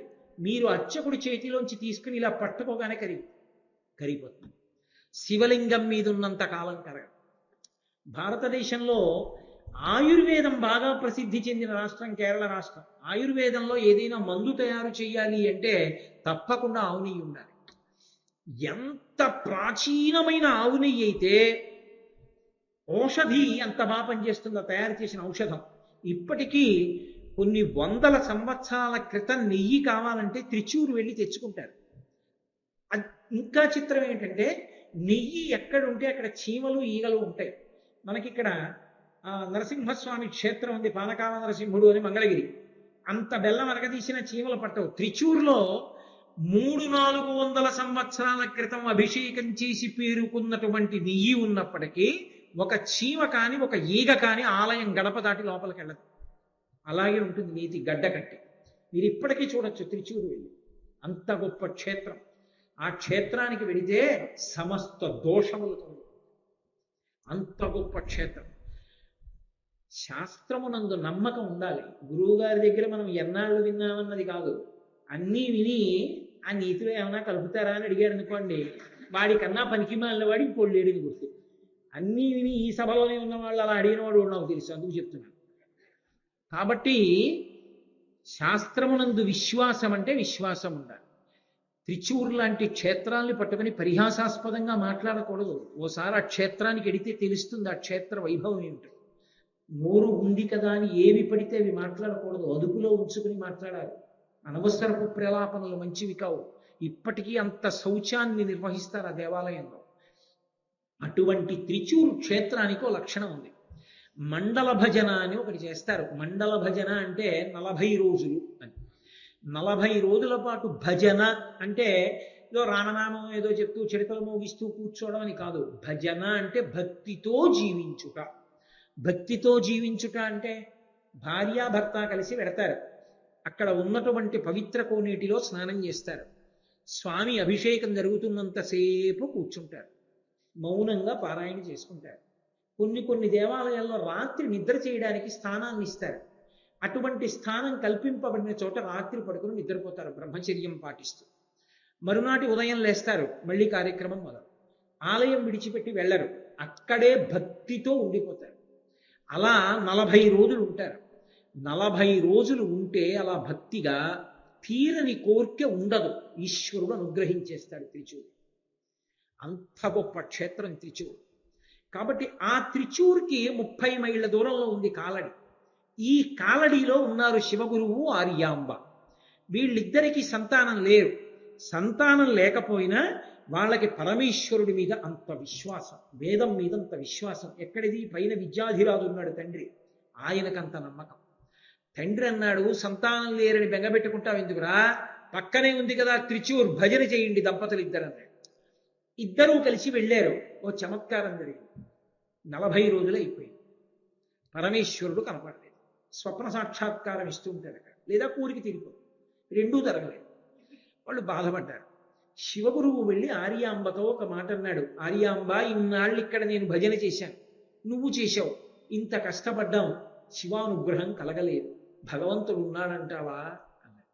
అంటే ఆర్యాంబంది, నో దేవతాను జడిమా జడిమా మనుష్యే అన్నాడు. దేవతలను నింద చెయ్యవద్దు. మనమే భక్తిలో ఏదో లోపం చేశాం ఇక్కడ. మనం భక్తిగా ఉంటే ఈశ్వరుడు అనుగ్రహించకపోవడం ఉండదు. మనం భక్తిగా లేవు కాబట్టి ఈశ్వరుడు అనుగ్రహించలేదు. మన ఎందే ఏదో పొరపాటు ఉంది. మరింత దృఢదీక్షతో ఈశ్వరుని ఆరాధన చేద్దామన్నారు. తప్పకుండా అలాగే ఆరాధన చేద్దాం. అది శ్రద్ధ అని పిలుస్తారు. శ్రద్ధ అంటే శాస్త్రస్య గురువాక్యస్య సత్యబుద్ధ్యావధారణ. సా శ్రద్ధ కదితా సిద్భి యా వస్తూపలభ్యతే అంటారు శంకరాచార్యుల వారు భాష్యం చేస్తూ. శ్రద్ధ అంటే గురువు గారు చెప్పిన మాట మీద, శాస్త్రం మీద విశేషమైనటువంటి నమ్మకం ఉండడం. ఈ రెండిటి యందు నమ్మకంతో ఎవడు నిలబడతాడో అటువంటి వాడు శ్రద్ధతో ఉన్నాడు అని చెప్తారు. వాడికి దొరకనిది, వాడికి తీరనిది కోరిక ఉండదు. కాబట్టి యయా వస్తూపలభ్యతే, వాళ్ళ కోరికలన్నీ తీరుతాయి. కాబట్టి ఆ తల్లిని శ్రద్ధ. భర్తని ఆమె ఉపాసనా మార్గాన్ని ఆమె దిద్దింది. నో దేవతాను జడిమా జడిమా మనుష్యే. మన యందు దోషం ఉందేమో, దేవతలలో లేదు, శాస్త్రంలో లేదు, దేవాలయంలో లేదు. ఇంకా భక్తిగా ఉందాం. అంతటి యోగ్యత లేకపోతే పరమేశ్వరుడు ఎలా పుడతాడండి ఆ కడుపున? అంతటి దృఢదీక్ష ఉన్నవాళ్ళో కాదో ప్రపంచానికి తెలియద్దు. అందుకు కదూ ఆర్యాంబ చరిత్ర ప్రపంచం అంతా తెలిసింది. మహానుభావులు శృంగగిరి పీఠాధిపత్యం వహించినటువంటి సచ్చిదానంద శివాభినవ నరసింహభారతీ స్వామి వారు ట్రావెన్కోర్ ఎస్టేట్లో కాలడి అగ్రహారంలో శంకరాచార్యుల వారు పుట్టిన ప్రదేశం. శారద ఆయన యొక్క తల్లిగారైనటువంటి ఆర్యాంబ గారు శరీరం విడిచిపెడితే శంకరాచార్యుల వారు ఎక్కడ ఆమెని భూస్థాపితం చేశారు, ఎక్కడ దహనం చేశారో ఆ ప్రదేశాన్ని కూడా ధ్యానంలో కనిపెట్టి ట్రావెన్కోర్ ఎస్టేట్ జమీందారు గారి అనుమతి తీసుకుని వెతికిస్తే ఇల్లు బయటపడింది. ఇప్పటికీ కాలడి వెడితే మీకు శృంగేరి నిర్వహణలో ఉంది. శంకరాచార్యుల వారు పుట్టిన గది కూడా ఉంది ఇప్పటికీ. అక్కడ మూర్తిని పెట్టి దీపం వెలిగించి ఇస్తారు. ఆర్యాంబ సమాధి అక్కడే కనపడుతుంది. సచ్చిదానంద శివాభినవ నరసింహభారతి స్వామివారు కాలడి వెడితే దానికి ప్రతిష్ఠ చేయడం కోసమని అక్కడికి వెళ్ళిన తర్వాత తెల్లటి బట్ట కట్టుకుని ఒక విధవరాలు కనపడింది. అమంగళ దర్శనం, నాకు విధవ కనపడింది ఏమిటని తలస్నానం చేసి వచ్చారు. మళ్ళీ కనపడింది. ఇదేమిటి నాకు విధవ కనపడుతోంది, బహుశా నా అవతారం పరిసమాప్తం అవుతోంది అనుకున్నాడు. ఆ కనపడింది ఎవరో కారు, ఆర్యాంబ. కాలడి వచ్చి నా కొడుకు పుట్టిన ప్రదేశాన్ని కనిపెట్టామని ఆర్యాంబ తల్లి దర్శనమిచ్చింది. అంత గొప్ప భూమి కాలడి. అటువంటి కాలడి పూర్ణానది ప్రవహించేటటువంటి పరీవాహక ప్రాంతం. అక్కడ జన్మించాలని నిర్ణయం తీసుకున్నారు ఆయన. అటువంటి పుణ్య దంపతులు. వాళ్ళకి ఆ యోగ్యత లేకపోతే ఎలా? అందుకే మీరు చూడండి చమత్కారం, శంకరాచార్యుల వారు శివగురువు ఆర్యాంబ కడుపున పుట్టిన శివగురువు ఉపనయనం కూడా చేయలే. శంకరాచార్యుల వారికి ముందే వెళ్ళిపోయాడు, శరీరం వదిలిపెట్టేశాడు ఆయన. ఆర్యాంబ జీవించి ఉంది. సన్యాసం తీసుకోవద్దురా, నీకు పెళ్లి చేస్తానంది. అమ్మా నీ శరీరం పడిపోయేటప్పుడు నేను వస్తానమ్మా అని మాటిచ్చారు ఆకృత సన్యాసం తీసుకుని. ఆర్యాంబ గారు శరీరం విడిచిపెడుతుంటే వచ్చారు శంకరాచార్యుల వారు. రావడం కాదు, అమ్మగారికి శివ పార్షదుల్ని పిలిచారు, విష్ణు పార్షదుల్ని పిలిచారు. అమ్మ విష్ణు పార్షదుల్ని చూసి సంతోషించింది, వైకుంఠానికి వెళ్ళిపోయింది. అమ్మని వైకుంఠానికి పంపించి అమ్మ శరీరాన్ని పైకెత్తి తీసుకెళ్లి లేత అరిటాకుల్లో పడుకోబెట్టి అగ్నిహోత్రుడిని ప్రార్థన చేసి శరీరానికి సంస్కారం చేశారు. అమ్మ పొందినంత అదృష్టం తండ్రి పొందలా. అదేమిటంటే అవతారం ఇద్దరికి కడుపున పుట్టింది కదా, మరి ఆర్యాంబ చేసుకున్న పుణ్యం శివగురువుకి ఎందుకు దక్కలా? గత జన్మలలో ఎవరు చేసుకున్న పుణ్యం వరకే వారికి అనుభవం, అంతే. ఆర్యాంబ పొందినంత అదృష్టాన్ని శివగురువు పొందలేకపోయారు నిజానికి. కాబట్టి అక్కడ పుట్టాలనుకున్నారు. కారణం ఆ దంపతులకు ధర్మం మీద ఉన్న అనురక్తి అటువంటి. నువ్వు వెళ్ళి కూర్చోవడం కాదు, మాకు పిల్లలు పుట్టలేదండి ఏం చేయమంటారండి అంటే, బలానా క్షేత్రానికి ఎలా అంటే వెళ్ళి సెల్ ఫోన్ మాట్లాడుకున్న వాడికి పిల్లలు ఎందుకు పుడతారు? వెళ్ళి భక్తితో ఉన్నవాడికి పిల్లలు పుడతారు. కానీ ఎక్కడికి వెళ్ళి ఏం చెయ్యాలో అది చెయ్యాలి, అంతేకాని అది అగ్గిపెట్టి కాదు. అగ్గిపెట్టికేసి పుల్ల రాస్తే జ్వాల రావడానికి. అది క్షేత్రం. నువ్వు భక్తిగా ఉంటే ఈశ్వరుడు అనుగ్రహిస్తాడు తప్ప కేవలం దర్శనాలకి ఫలితాలు వచ్చేయవు. ఈశ్వర ప్రీతి కొరకు నువ్వు అలా ప్రవర్తించవలసి ఉంటుంది, ఆ శ్రద్ధతో ప్రవర్తించవలసి ఉంటుంది. అందుకే పరమ సంతోషాన్ని పొందాడు పరమేశ్వరుడు. ఒకేసారి స్వప్నంలో దర్శనమిచ్చాడు శివగురువుకి ఆర్యాంబకి. దర్శనమిచ్చి మహానుభావుడు అన్నాడు, మీ ఇద్దరూ నా గురించి ఈ త్రిచూర్ క్షేత్రానికి వచ్చి భజన చేశారు మండల కాలం, కాబట్టి నేను రావాలనుకుంటున్నాను, అవతారంగా వస్తాను. మీ కడుపున 3 దీర్ఘాయుష్మంతులైన కొడుకులు మూర్ఖులు కావాలా? సర్వజ్ఞుడైనటువంటి వాడు, సకల శాస్త్ర పారంగతుడైన వాడు నేనే అవతారంగా వస్తే నేను కావాలా? ఏం కావాలని అడిగాడు. శివగురు అన్నాడు, అయ్యా సంతానం అన్నది నాకొక్కడికే కాదుగా, నా భార్యకు కూడా. మా ఆవిడ్ని అడిగి చెప్తానన్నాడు. ఆవిడంది మా ఆయన్ని అడిగి చెప్తాను. ఇద్దరు నిద్ర లేచి ఒకరిని కలుసుకోవడానికి ఒకరు వస్తున్నారు. ఇద్దరు ఒకరినొకరు చూసుకుని ఏం వస్తున్నావు అంటే ఏం వస్తున్నావు అన్నారు. నాకు ఇలా కనపడ్డాడు శివుడు, ఇలా అడిగాడంటే నాకు అలాగే కనపడి అలా అడిగాడు. ఏమని అడుగుదాం అన్నారు. వెంటనే దంపతులు ఇద్దరి నోటి వెంట ఒకటే మాట వచ్చింది, బిడ్డలు లేని మనకి బిడ్డలనివ్వగలిగిన పరమేశ్వరుడికి ఎవరు బిడ్డగా ఉంటే తరిస్తామో తెలియదా? మనం చెప్పాలా పరమేశ్వరుడికి ఫలానా వాడు బిడ్డగా ఉండాలని? ఎవరు బిడ్డగా వస్తే మేం తరిస్తామో వాడిని బిడ్డగా ఇమ్మని వదిలిపెట్టేద్దాం. అది ఆ దంపతుల పుణ్యం. అది లోకానికి తెలియచేయద్దు, అందుకు స్వప్నంలో దర్శనమిచ్చాడు. వాళ్ళ దృఢదీక్షని తెలియచేయడానికి. కొన్ని ఎందుకు చేస్తారంటే లోకానికి మర్యాద నేర్పడం కోసం, ఆ దంపతుల యొక్క గొప్పతనాన్ని చూపించడం కోసం. సరే, ఆ క్షేత్రాన్ని విడిచిపెట్టారు, పరమేశ్వరుడికి నమస్కరించారు, ఇంటికి వెళ్ళారు. ఆర్యాంబ నీళ్లు పోసుకుంది. ఆమె గర్భిణి అయింది, ఎంతో సంతోషంగా ఉన్నారు. వైశాఖమాస శుక్లపక్ష పంచమి వచ్చింది. వైశాఖమాస శుక్లపక్ష పంచమి నాడు మహానుభావుడైనటువంటి పరమశివుడు శంకర భగవత్పాదులుగా ఆవిర్భవించారు. ఆయన పుట్టడమే వైశాఖ మాసాన్ని ఎంచుకున్నారు. చైత్ర వైశాఖ మాసములు 2 కూడా వసంత ఋతువు. ఈ 2 మాసములకు ఒక ప్రత్యేకత ఉంది. అసలు మనిషిగా ఎలా బ్రతకాలో చెప్పినటువంటి మహాపురుషులైన 2 పుట్టిన నెలలు ఈ 2. ఒకటి చైత్రమాసంలో వచ్చిన వాడు రామచంద్ర ప్రభు. వైశాఖ మాస శుక్లపక్ష పంచమి నాడు వచ్చి లోకం ఎలా తరించాలో నేర్పిన వారు శంకర భగవత్పాదులు. అటువంటి మహాపురుషులు 2 పుట్టారు. సంస్కృతంలో చైత్రమాసాన్ని మధుమాసం అంటారు, వైశాఖ మాసాన్ని మాధవ మాసం అంటారు. మాధవి అంటే మల్లెపువ్వు, వైశాఖము అంటే మల్లెతీగ. ఎందుకు అంటే విశాఖ తీగ, కొమ్మలు లేనిది తీగగా ఉన్నది లత, మాధవీలత అంటే మల్లెతీగ.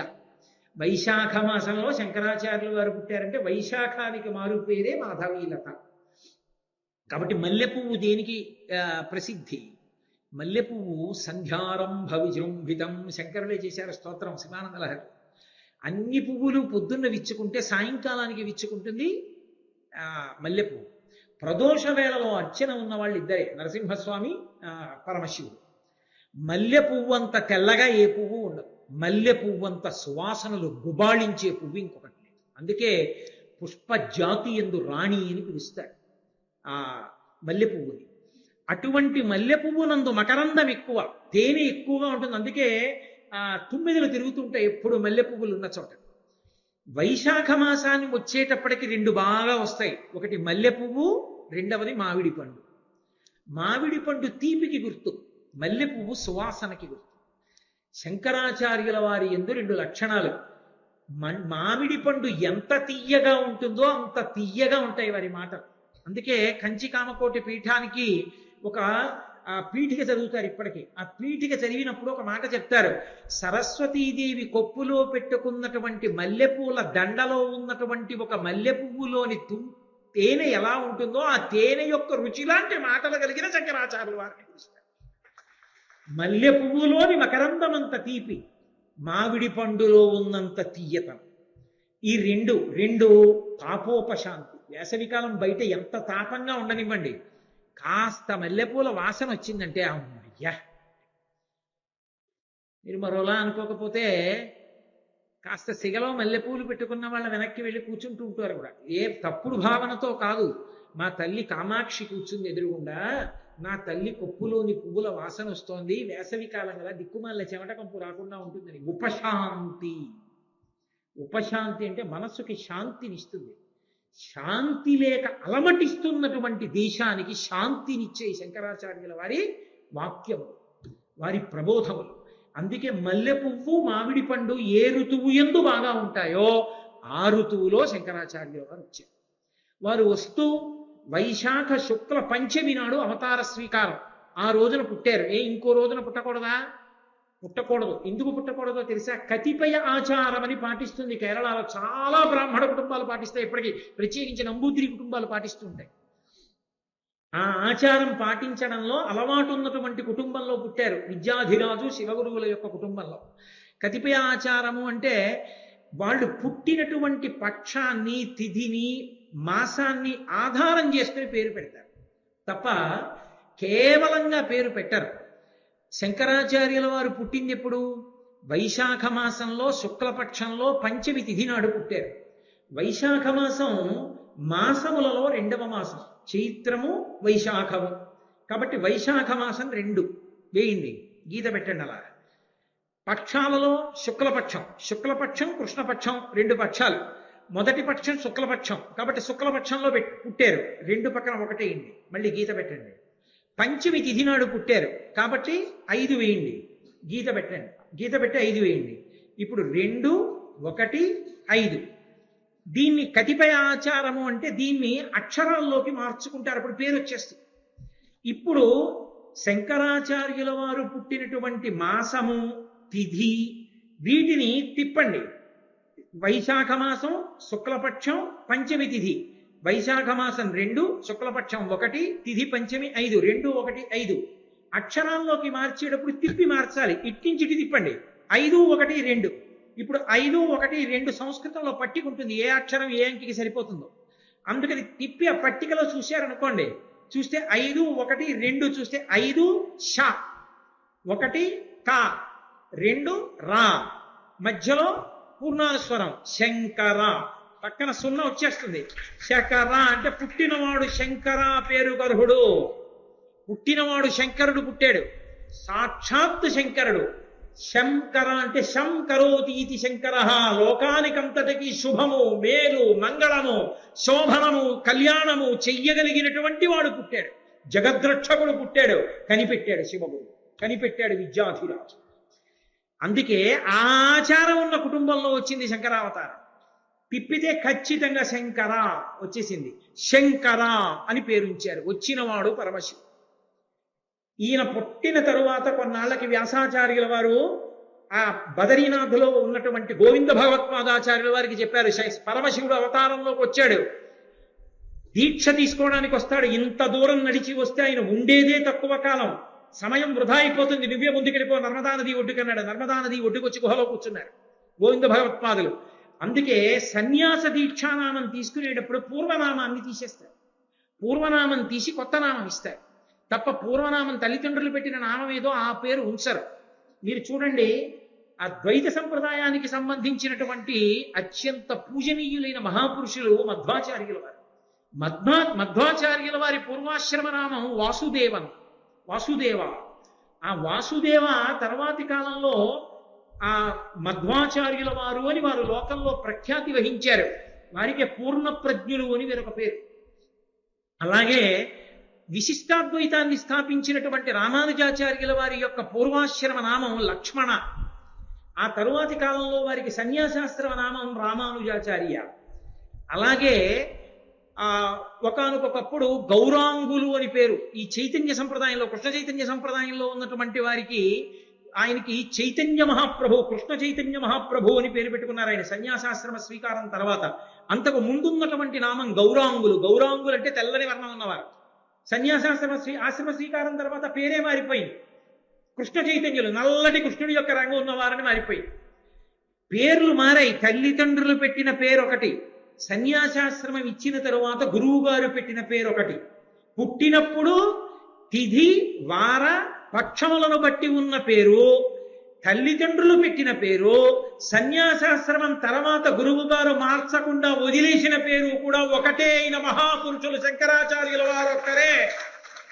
శంకరుల పేరు పుట్టినప్పుడు శంకర, గోవింద భగవత్పాదాచార్యుల వారు సన్యాసం ఇచ్చిన తరువాత కూడా శంకర. మార్చల. ఎందుకు మార్చలేదో తెలుసా? లోక శుభంకరుడు, లోకమునకంతటికీ శుభాలు చేయడానికి వచ్చిన వాడు, మంగళప్రదుడు. ఈ పేరు నేనెలా మారుస్తానన్నారు. మార్చల. శంకర ఉంచేశారు. అందుకే శంకర భగవత్పాద. ఏ పాదం పట్టుకుంటే భగవంతుడు దొరుకుతాడో ఆ పాదములున్న మహాపురుషులు వారు. అందుకే వారికి శంకర భగవత్పాదాచార్య.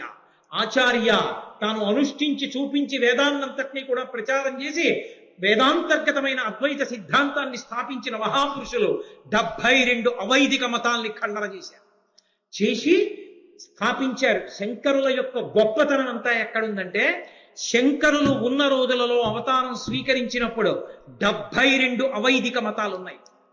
అందరూ వేదంలో చెప్పినట్టు చెప్పేవారు, కానీ ఎవరూ వేదాన్ని పూర్తిగా ఒప్పుకుని మాట్లాడాల. అవైదికం. అటువంటి 72 మతాల్ని సత్యదండం చేతిలో పట్టుకుని వాదనతో ఖండించి వేదాంతర్గతమైనటువంటి అద్వైత సిద్ధాంతాన్ని స్థాపించి వేదము యొక్క ప్రమాణాన్ని నిలబెట్టిన మహాపురుషుడు శంకర భగవత్పాదులు ఒక్కరే. శంకరులు లేని నాడు మిగిలిన జయంతులు లేవు. నేను యథార్థం చెప్తున్నా. శ్రీరామ నవమి, కృష్ణాష్టమి ఇవేమీ లేవు. ఎందుకు లేవంటారేమో, వేదము యొక్క ప్రమాణమే లేదు, తిరస్కరింపబడింది ఆ రోజుల్లో. ఎవడిష్టం వచ్చిన వాదన వాడిది. అలాంటి రోజులలో శంకర భగవత్పాదుల యొక్క అవతారం స్వీకరింపబడింది కాబట్టి, వేదం మళ్ళీ బతికి బట్ట కట్టింది కాబట్టి, వేద ప్రమాణము నిలబడింది కాబట్టి శ్రీరామనవమి, నిలబడింది కాబట్టి కృష్ణ జయంతి, నిలబడింది కాబట్టి నృసింహ జయంతి, నిలబడింది కాబట్టి మహాశివరాత్రి. శంకర జయంతి లేని నాడు ఇవేవి లేవు. ఇన్ని నైమిత్తిక విధులు చేసుకోవడానికి ఆధారం శంకర జయంతి ఉండడమే. ఆ శంకర జయంతిని చేసుకోకపోతే అంతకన్నా కృతజ్ఞత ఇంకొకటి లేదు. శంకర జయంతి చేసి తీరవలసిందే. ఊరూరా ఆయన గురించి చెప్పవలసిందే. అందుకే ఒక్క శంకరాచార్యుల వారి జీవిత చరిత్రని మాత్రం శంకరుల జీవిత చరిత్ర అని పిలవరు, శంకర విజయాలంటారు. శంకరులు ఎక్కడికి వస్తే అక్కడ మహాపురుషుల యొక్క ఆగమనం. అందుకే విజయం చేశారంటారు. పెద్దలు వచ్చారనుకోండి, వారు వచ్చారన్నారు, ఆయన ఇక్కడికి వచ్చారండి అన్నారు, వారు విజయం చేశారండి అంటారు. వారిది శంకర విజయాలన్న పేరు ఎందుకు వచ్చిందంటే, కాలంతో సంబంధం లేకుండా ప్రతి వ్యక్తి యొక్క మనస్సులో స్థిరపడిపోయిన మహానుభావుడు. అందరి గుండెల్లో వారు కూర్చుని ఉన్నారు. ఎప్పుడూ విజయం చేసి ఉన్నవారు కాబట్టి అది శంకర విజయ కాదు. శంకరుల జీవితం అంతా జయమే. ఉన్నది 32 ఏళ్ళు. 72 అవైదిక వాదనలను ఖండించారు. సర్వజ్ఞ పీఠాన్ని అధిరోహించారు. ఎన్నో జీర్ణ దేవాలయాల్ని ఉద్ధరించారు. చక్రాలు వేశారు. ఉగ్రదేవతల యొక్క ఆ ఉగ్ర తేజస్సుని తగ్గించారు. షణ్మత స్థాపనాచార్యులయ్యారు. పంచాయతన పూజా విధానాన్ని ప్రవేశపెట్టారు. దశనామి సన్యాసి వ్యవస్థని ప్రవేశపెట్టారు. వారు చెయ్యనిది లేదు, వారు స్పృశించనిది లేదు. ఇన్ని చేసిన శంకరుల జీవితం అంతా జయం జయం జయం జయం. అందుకే శంకరుల పేరెత్తితే జయ జయ శంకర హర హర శంకర, జయ జయ శంకర. వారికి జయం, వారికి జయం. వారు ఇక్కడే ఉన్నారు. హర హర శంకర. వారి పేరెత్తితే మా పాపాలు పోయి హరించుకుపోయి మేము వేద మార్గంలో నిలబడగలం. అందుకే జయ జయ శంకర హర హర శంకర, ఈ రెండు తప్ప ఇంకోటి లేవు. శంకర జయంతి వస్తోందంటే రెండు రకాలుగా చేస్తారు. అందుకే శంకర జయంతిని కంచికామకోటి సంప్రదాయంలో అయితే గర్భోత్సవము జననోత్సవము అని రెండుగా చెయ్యాలి. గర్భోత్సవము అంటే శంకరాచార్యుల వారు అవతార స్వీకారం చేసినటువంటి వైశాఖ శుక్ల పంచమికి ముందు 11 రోజులుగా చెయ్యాలి. పుట్టినటువంటి వైశాఖ శుక్ల పంచమి నాడు పూర్తయిపోవాలి. దాన్ని గర్భోత్సవం అంటారంటే అమ్మ గడుపులో ఉన్న 10 నెలలని ఒక్కొక్క నెలని ఒక్కొక్క రోజుగా చేసుకొస్తారు. చేసుకొచ్చి చిట్ట చివర వైశాఖ శుక్ల పంచమి నాడు పూర్తి చేస్తారు.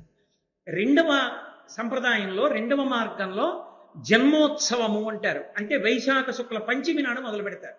మొదలుపెట్టి 11 రోజులు చేస్తారంటే అశౌచం తీరి స్నానం అయిపోయింది పిల్లాడికి, అందులో 11వ రోజు వరకు చేస్తారు.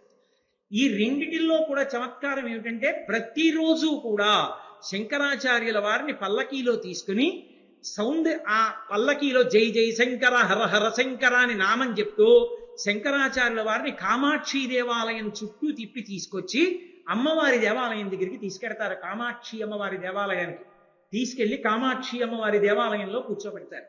కూర్చోబెట్టి శంకరాచార్యుల వారు ఇప్పటికీ శబ్ద రూపంలో ఉన్నారు. సౌందర్యలహరి శ్లోకాల్ని ఉచ్చరిస్తే శబ్దంగా సభలోకి వస్తారు. అందుకని సౌందర్యలహరిలో 10 శ్లోకాలు చదువుతారు. ఒక్కొక్క రోజు 10 శ్లోకాలు. 10వ రోజున 100వ శ్లోకం వచ్చేస్తుంది. 10 10లు 100 కదండి, చిట్ట చివర 10. కాబట్టి చిట్ట చివరి రోజున ఏం చేస్తారంటే ఆ శంకరాచార్యుల వారి మూర్తిని పట్టుకుని శుక్రవార మంటపానికి చేరుతారు. శుక్రవార మంటపం అంటే అమ్మవారు వస్తుంది కామాక్షి ఆ మంటపానికి. అమ్మవారిని తీసుకొచ్చి శుక్రవార మంటపంలో కూర్చోబెడతారు. కూర్చోబెట్టి శంకరాచార్యుల వారిని కూడా శుక్రవార మంటపానికి తీసుకొస్తారు. ఆఖరి రోజున 10 సౌందర్యలహరి శ్లోకాలు చెప్పేసి 100 అయిపోగానే శంకరాచార్యుల వారిని అమ్మవారి పక్కకి చేర్చి కూర్చోబెట్టి అమ్మవారి చేతులకు తగిలించి వస్త్రాన్ని శంకరాచార్యుల వారికి బహూకరింపచేస్తారు. బహూకరింపచేసి హారతిస్తారు. ఆ హారతి తీసుకుని భక్తులు వెళ్ళిపోతారు. అక్కడతో శంకర జయంతి ఉత్సవాలు పూర్తవుతాయి.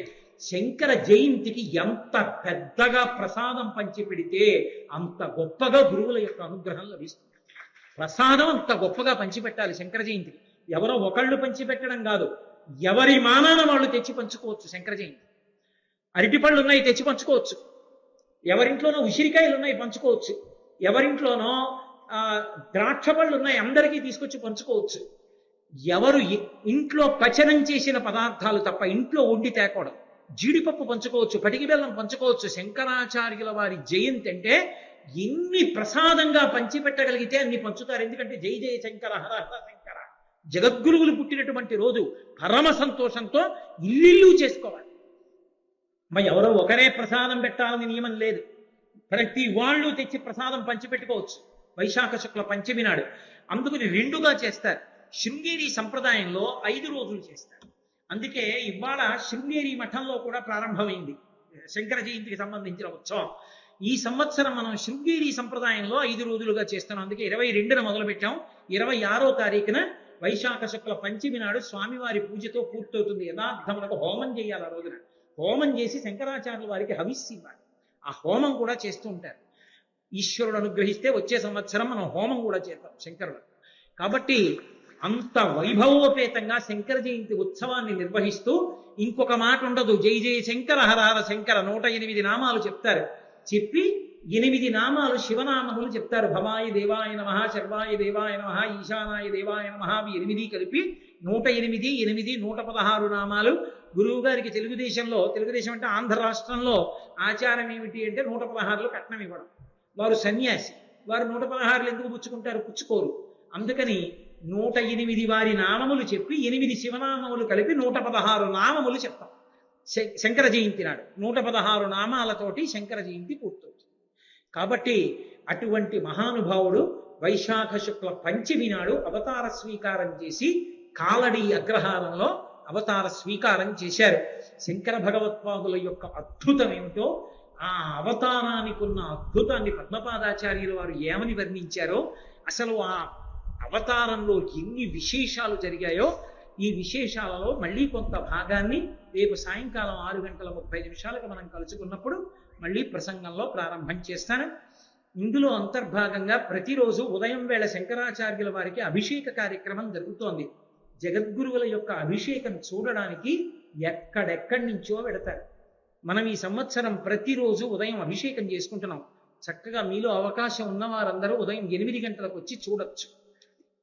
అలాగే మనం ఈ ఉపన్యాసం అయిపోయిన తర్వాత ఇప్పుడు తోటకాష్టకం అనే పుస్తకం, ఆ తోటకాష్టకానికి ఉన్న వైభవం ఏమిటో నేను మీకు ఒక రోజు ఉపన్యాసంలో చెప్తాను. ఆ తోటకాష్టకంతో శంకరాచార్యుల వారికి నమస్కారం చెయ్యాలి. మనందరం లేచి నిలబడి, మీకు తెలుసుదని సంప్రదాయం, నేను చెప్తాను, మీరు చెప్పి శ్లోకం పూర్తయిన తర్వాత ప్రతి శ్లోకానికి చివర మకుటం ఒకటే ఉంటుంది, భవశంకర దేశిక మే శరణం. శంకరులకు దేశికులు అని పేరు. ఎందుకు దేశిక అని పిలిచారు శంకరుల్ని అన్న విశేషాన్ని మీకు ఒక రోజున చెప్తాను. కాబట్టి భవశంకర దేశిక మే శరణం అనేసి అప్పుడు భూమిని ముట్టుకోవాలి.